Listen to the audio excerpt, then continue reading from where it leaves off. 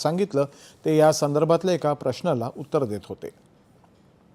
राज्यसभेमध्ये आज केंद्रीय उत्पादन शुल्क विधेयक 2025 वरती चर्चा सुरू आहे। 1944च्या उत्पादन शुल्क कायद्यामध्ये सुधारणा करून तंबाखू आणि तंबाखूजन्य पदार्थांवरील उत्पादन शुल्क आणि उपकरामध्ये वाढ करण्याचा प्रस्ताव या विधेयकामध्ये आहे। वित्त राज्यमंत्री पंकज चौधरी यांनी आज हे विधेयक मांडलं।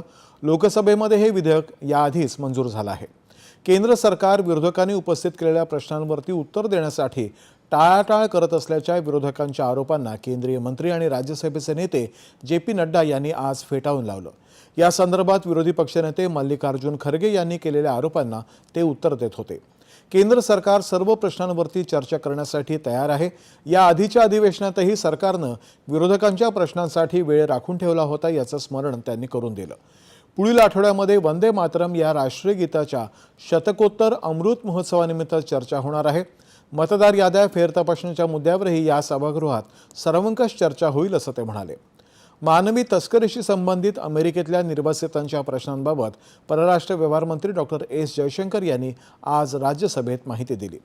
राष्ट्रीय तपास संस्थेनं या संदर्भात केलेल्या तपासानंतर मानवी तस्करीमध्ये सहभागी असलेल्या 100हून अधिक जणांवरती कारवाई करण्यात आली आहे। याशिवाय विविध राज्यांच्या पातळीवरही कारवाई करण्यात आली आहे। मानवी तस्करीची सर्वाधिक प्रकरणं पंजाब राज्यात असल्याचंही ते म्हणाले। हा मुद्दा केवळ भारत आणि अमेरिका यांच्यापुरता मर्यादित नाही। कोणत्याही देशामध्ये दुसऱ्या देशाचे नागरिक अवैधरित्या राहत असतील तर त्यांना त्यांच्या मायदेशी परत बोलावणं हे संबंधित देशाचं कर्तव्य आहे असं ते म्हणाले। अशा निर्वासितांना परत पाठवणं ही नवीन गोष्ट नाही, पूर्वीपासूनच अशी कारवाई होत आली आहे असंही त्यांनी स्पष्ट केलं। आज भारतीय नौदल